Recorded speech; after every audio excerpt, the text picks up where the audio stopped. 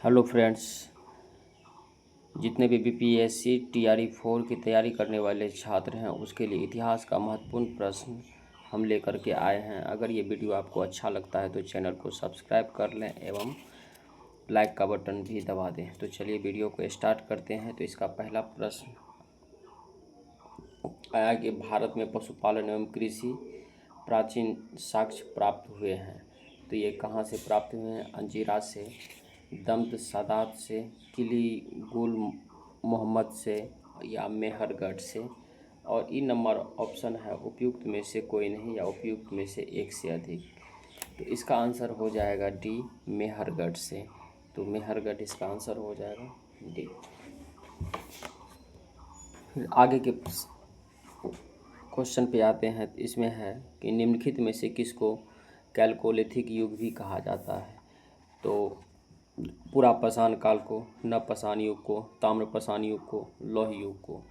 तो इसका आंसर हो जाएगा ताम्रपाषाण युग को। सी नंबर इसका आंसर हो जाएगा। फिर आते हैं आगे वाले सवाल पे कि प्रथम मानव जीवाश्म भारत की किस नदी से प्राप्त हुआ था?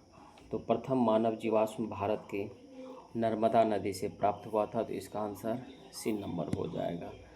चलिए अब आगे वाले प्रश्न पर आते हैं। इसमें है कि निम्नलिखित में से किस राज्य में भीमबेटका स्थल स्थित है? तो भीमबेटका जो स्थल स्थित है तो ये मध्य प्रदेश में स्थित है। तो इसका आंसर बी हो जाएगा। अब आते हैं 5 नंबर में कि सूची 1 का मिलान सूची 2 से करें और नीचे दिए गए सूची के कोड का उपयोग सही उत्तर करके सही उत्तर चुनें।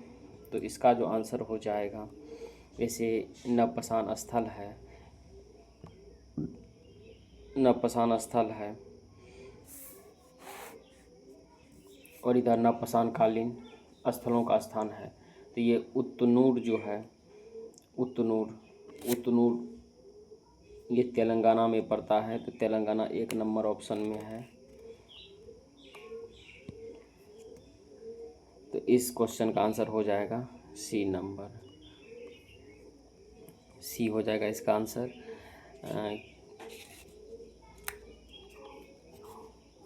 अब आते हैं आगे वाले प्रश्न पर कि सूची 1 को सूची 2 से मिलान कीजिए और सूचियों के नीचे दिए गए कूट का कोड करते हुए सही उत्तर का चयन करना है।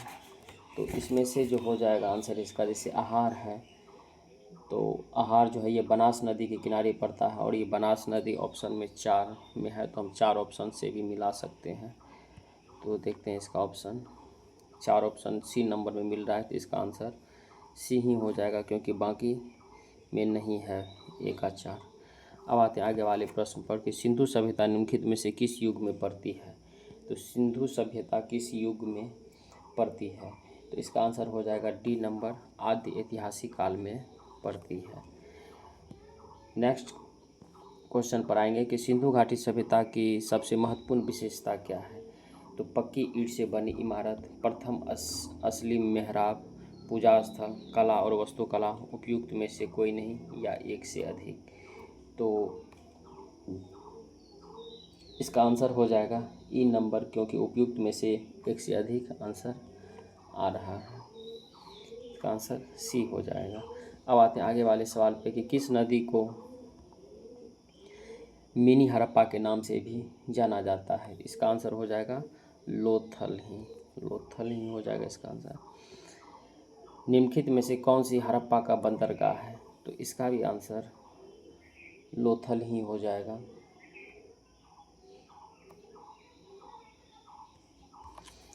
चलिए आगे वाले प्रश्न पर आते हैं कि निम्नलिखित में से कौन सा हड़प्पाकालीन स्थल गुजरात में है? तो ये गुजरात में हड़प्पाकालीन स्थल जो है इसका आंसर भी ये हो जाएगा क्योंकि लोथल जो है ये गुजरात में ही पड़ता है। अब आते हैं 12 नंबर के सवाल में कि निम्नलिखित को सर्वाधिक प्राचीन सभ्यता कौन सी? निम्नलिखित की दुनिया का सर्वाधिक प्राचीन सभ्यता कौन सी है? तो दुनिया की सबसे प्राचीन सभ्यता मेसोपोटामिया है।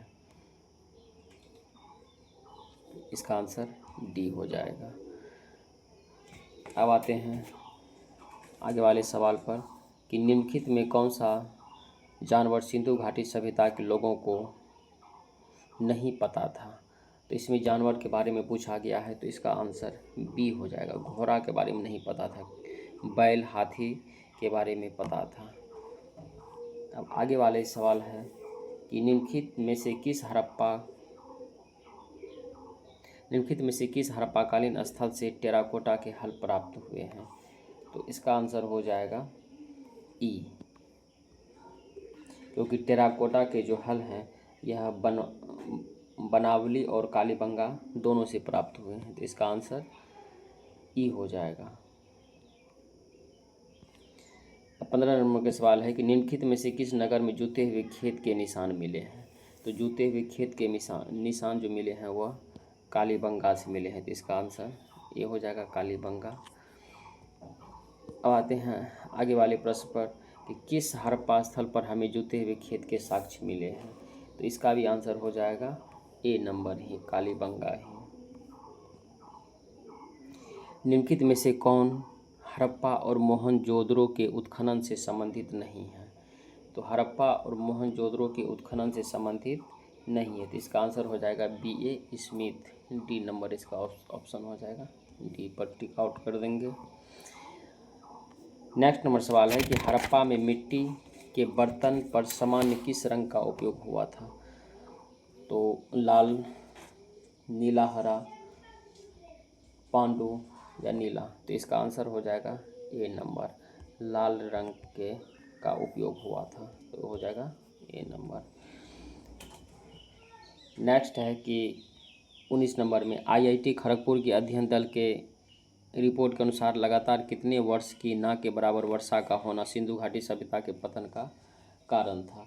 तो इसका आंसर हो जाएगा डी नंबर, क्योंकि 900 वर्षों तक वर्षा नहीं हुई थी। अब आते हैं आगे वाले सवाल पर, निम्नलिखित में से कौन एक ऋग्वेदी युग से संबंधित नहीं है? इसका आंसर हो जाएगा बी नंबर, ये गार्गी।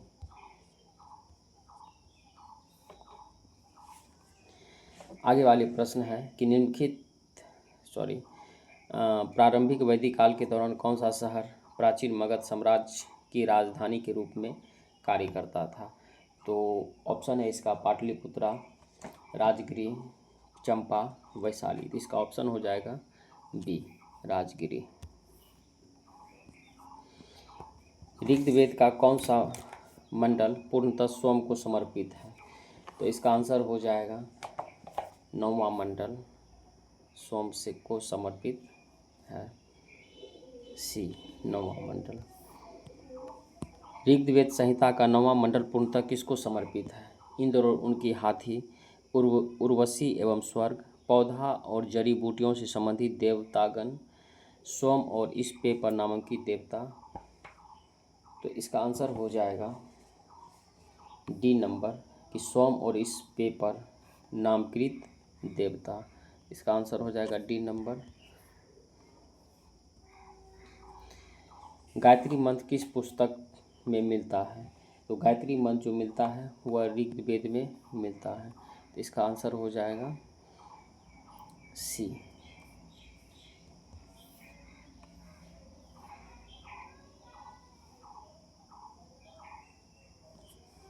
किस काल में अछूत की अवधारणा स्पष्ट से उदित हुई थी? तो इसका आंसर हो जाएगा कि जैसे ऑप्शन पहले पढ़ते हैं कि ऋग्वेद काल में, उत्तर वैदिक काल में, उत्तर गुप्त काल में, धर्मशास्त्र में। तो इसका आंसर हो जाएगा डी नंबर, धर्मशास्त्र में। भारतीय उपमहाद्वीप में लोहे का प्रयोग कब शुरू हुआ? तो भारतीय उपमहाद्वीप में जो लोहे का प्रयोग है वह 1600 से 1200 ईस्वी आता है, और जो सर्वप्रथम वैदिक काल का प्रारंभ है वह 1000 से 600 ईस्वी के पूर्व माना जाता है, और पूर्व के ही वैदिक काल में जो है लोहे का उपयोग किया गया था। तो इस ऑप्शन में तो 9 नहीं मिल रहा, क्योंकि पहला ऑप्शन है 9000, दूसरा है 12000 और तीसरा है 6000, और जबकि पूर्व वैदिक काल का कार्यकाल आता है 1000 से 600 ईस्वी। तो इस ऑप्शन में के अकॉर्डिंग तो कोई कुछ भी नहीं है। तो इसका आंसर ई हो जाएगा, इनमें से कोई नहीं। बोगज कोई का महत्व इसलिए है। अब आगे का क्वेश्चन है 27 नंबर का कि बोगज कोई का महत्व इसलिए है। वहाँ जो अभिलेख प्राप्त हुए उनमें वैदिक देवी एवं देवताओं का वर्णन मिलता है। मध्य एशिया एवं तिब्बत के बीच एक महत्वपूर्ण व्यापारिक केंद्र माना जाता है। वेद के मूल ग्रंथ की रचना यहाँ हुई थी। उपयुक्त में से कोई नहीं। तो ए नंबर बोगजकाय का महत्व इसलिए है, तो यहाँ ए नंबर ऑप्शन में आते हैं कि वहाँ जो अभिलेख प्राप्त हुए उनमें वैदिक देवी देवता एवं देवताओं का वर्णन मिलता है। तो इसका आंसर ए नंबर हो जाएगा। प्रसिद्ध 10 राजाओं का युद्ध किस नदी के पर लड़ा गया था? तो प्रसिद्ध 10 राजाओं का जो युद्ध है यह परूशनी नदी के तट पर लड़ा गया था। तो इसका आंसर डी नंबर हो जाएगा, परूशनी नदी। उत्तर वैदिक काल के दौरान रचित किस प्राचीन भारतीय ग्रंथ में दार्शनिक, भजन और ब्रह्मांड विज्ञान और नैतिकता पर चर्चाएं शामिल है? तो इसका आंसर हो जाएगा ए नंबर, यानी कि उपनिषद। गौतम बुद्ध का जन्म कहाँ हुआ था? तो ये तो प्रश्न बहुत ही सरल है, लेकिन बीपीएससी और अदर एग्जाम में भी बार बार ये पूछे जाते हैं। तो इसका आंसर हो जाएगा सी नंबर, लुम्बिनी। महात्मा बुद्ध ने अपना पहला धर्मचक्र परिवर्तन किस स्थान पर दिया था? तो ये भी सरल प्रश्न है और ये भी बार बार पूछे जाते हैं। तो ये भी, इसका आंसर भी हो जाएगा बी।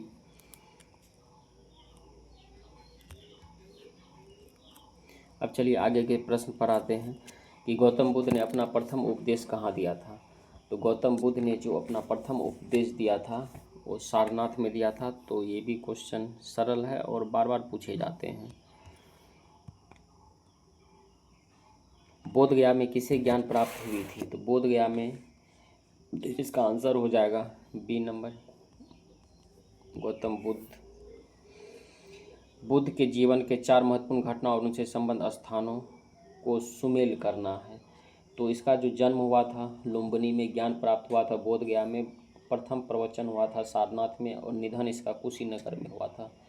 तो इस ऑप्शन के अकॉर्डिंग जो है इसका आंसर यहाँ सी नंबर ऑप्शन देख रहे हैं, इसका सी नंबर इसका आंसर हो जाएगा। कौन सी बौद्ध संगीति बिहार में आयोजित नहीं हुई थी? तो प्रथम, द्वितीय, तृतीय और चतुर्थ।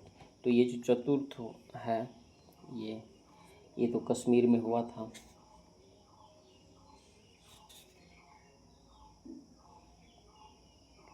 नेक्स्ट प्रश्न है कि अजातशत्रु के शासनकाल में प्रथम बौद्ध संगीति का आयोजन कहाँ हुआ था? तो अजातशत्रु के शासनकाल में प्रथम बौद्ध संगीति का आयोजन राजगिरी में हुआ था। हम राजगिरी, इसका आंसर हो जाएगा। प्रथम बौद्ध संगीति के अध्यक्ष कौन थे? तो प्रथम बौद्ध संगीति के अध्यक्ष महाकश्यप थे। तो इसका आंसर बी हो जाएगा, महाकश्यप। अब आते हैं आगे वाले प्रश्न पर। प्रथम बौद्ध महासभा कहाँ आयोजित हुई थी? तो प्रथम बौद्ध महासभा राजगिरी में आयोजित हुई थी। इसका आंसर राजगिरी हो जाएगा। नेक्स्ट सवाल आते हैं, भगवान बुद्ध की महापरिनिर्वाण के बाद पहली बौद्ध संगीति कहाँ हुई थी? तो महात्मा बुद्ध के परिनिर्वाण के बाद जो पहली बौद्ध संगीति हुई थी वह राजगिरी में हुई थी। इसका आंसर ये हो जाएगा। कनिष्क के शासनकाल में बौद्ध सभा किस नगर में आयोजित की गई थी? तो कनिष्क के समय में जो बौद्ध सभा है वह आयोजित कश्मीर में की गई थी। तो इसका आंसर सी हो जाएगा, कश्मीर। इनमें से किस शासक ने चतुर्थ बौद्ध संगीति कश्मीर में आयोजित की थी? तो अशोक, अजातशत्रु, कनिष्क, कालाशोक। तो इसका आंसर हो जाएगा कनिष्क, सी नंबर। अशोक के शासनकाल में बौद्ध सभा किस नगर में आयोजित की गई थी? तो अशोक के शासनकाल में जो बौद्ध सभा है वह पाटलिपुत्रा में आयोजित की गई थी। तृतीय बौद्ध सभा किस स्थान पर बुलाई गई थी? तो तृतीय बौद्ध सभा जो है वह पाटलिपुत्रा में बुलाई गई थी। तो इसका आंसर डी हो जाएगा, पाटलिपुत्रा। नेक्स्ट वाला है कि महात्मा बुद्ध को परिनिर्वाण कहाँ हुआ था? तो लुम्बिनी में, बोधगया में, कुशीनगर में, कपिलवस्तु में। तो जो इसका महापरिनिर्वाण प्राप्त हुआ था, तो इसका आंसर सी नंबर हो जाएगा, कुशीनगर में। नेक्स्ट सवाल है कि त्रिपिटक किसकी धार्मिक पुस्तक है? तो त्रिपिटक धार्मिक पुस्तक जो है वो बौद्ध धर्म का ही धार्मिक पुस्तक है। नेक्स्ट सवाल है कि निम्नलिखित में से कौन महायान बौद्ध धर्म और हीनयान बौद्ध धर्म के बीच मूल अंतर का प्रतिनिधित्व करता है? तो निम्नलिखित में से कौन महायान बौद्ध धर्म और हीनयान बौद्ध धर्म के बीच मूल अंतर का प्रतिनिधित्व करता है? अहिंसा पर जोर, जाति विहीन समाज, देवी देवताओं की मूर्ति की पूजा करना, स्तूप की पूजा। तो इसका आंसर सी हो जाएगा, देवी देवताओं की मूर्ति की पूजा करना। नेक्स्ट सवाल है कि बोधगया में बोधि वृक्ष अपने वंश की इस पीढ़ी का है? तो ये भी काफ़ी इम्पोर्टेंट सवाल है। तृतीय पीढ़ी, चतुर्थ पीढ़ी और पंचम और षष्ठ पीढ़ी का। तो ये इस पर जो है काफ़ी संशय बना हुआ है, लेकिन इसके बाद जो वर्तमान में हम वृक्ष देख रहे हैं वह पांचवी पीढ़ी का वृक्ष है, जिसे अलेक्जेंडर कनिंघम ने लगवाया था। यह वृक्ष पूरी तरह से संरक्षित है और केवल इसे गिरी हुई पत्ती को ही छूने की एवं उठाने की का अधिकार है। तो ये पंचम पीढ़ी, इसका आंसर सी नंबर हो जाएगा। चीनी यात्री सुंगयुंग ने भारत की यात्रा की थी। तो चीनी यात्री सुंगयुंग ने भारत की यात्रा 515 से 520 ईस्वी के बीच की थी। तो इसका आंसर ए हो जाएगा, ए नंबर। गौतम बुद्ध को एक देवता का स्थान किस राजा के युग में प्राप्त हुआ? तो गौतम बुद्ध को देवता का स्थान जो है यह कनिष्क के समय में प्राप्त हुआ। तो बी नंबर इसका आंसर हो जाएगा। वे शिक्षक जिनसे बुद्ध ने महाभिनिष्क्रमण के बाद सबसे पहले ज्ञान प्राप्त का प्रयास किया था? कौंडिल्य एवं कालदेवल, आनंद एवं अश्वघोष, अलार कलाम और रुद्रक रामपुत्र और सारीपुत एवं नागसेन। तो इसका आंसर सी नंबर हो जाएगा, अलार कलाम एवं रुद्रक रामपुत्र। नेक्स्ट नंबर का सवाल है कि निम्नलिखित में से कौन सी बात बौद्ध धर्म तथा जैन धर्म में समान नहीं है? अहिंसा, वेदों के प्रति उदासीनता, आत्मदमन, रीति रिवाज की स्वीकृति। ठीक, तो इसका आंसर हो जाएगा सी नंबर की आत्मदमन। नालंदा विश्वविद्यालय ज्ञान का महान केंद्र था। तो नालंदा विश्वविद्यालय बौद्ध धर्म से संबंधित आता है। तो बौद्ध धर्म के ज्ञान का एक बहुत बड़ा केंद्र था। महावीर स्वामी का जन्म कहाँ हुआ था? कुंडग्राम में, पटना में, मगध में, वैशाली में। इसका आंसर ए हो जाएगा, कुंडग्राम में। नेक्स्ट नंबर सवाल है कि भगवान महावीर का प्रथम शिष्य कौन था? तो जमाली, योसूद, विपिन, प्रभास। तो इसका आंसर हो जाएगा ए नंबर, जमाली। नेक्स्ट नंबर का सवाल है कि जैन धर्म के प्रवर्तक महावीर जी को मोक्ष का प्राप्त किस स्थान पर हुआ था? तो मनेर में, राजगीर में, पावापुरी में, जालम फोर्ट में। तो इसका आंसर हो जाएगा सी नंबर, पावापुरी में।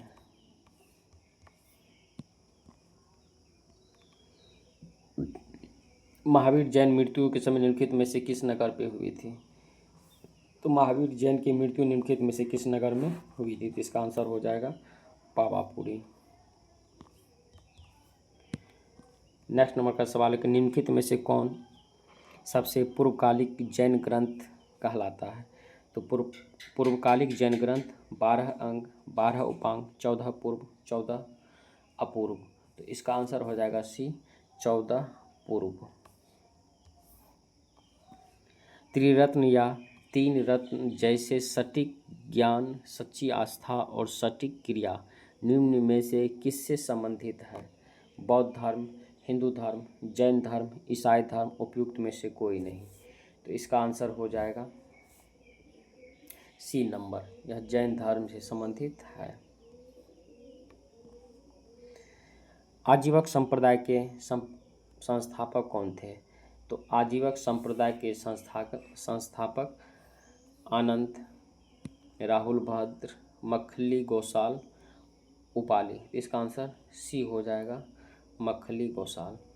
अब आते हैं आगे वाले प्रश्न पर। पाटलिपुत्र में बुलाए गए प्रथम जैन संगति के अध्यक्ष कौन थे? तो पाटलिपुत्र में जो बुलाया गया जब प्रथम जैन संगति के अध्यक्ष थे वह स्थूलभद्र थे। तो इसका आंसर सी हो जाएगा, स्थूलभद्र।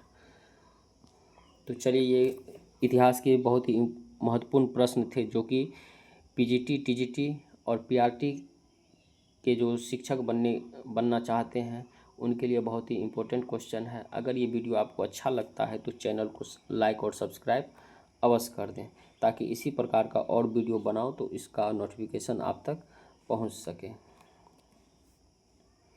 तो चलिए, धन्यवाद।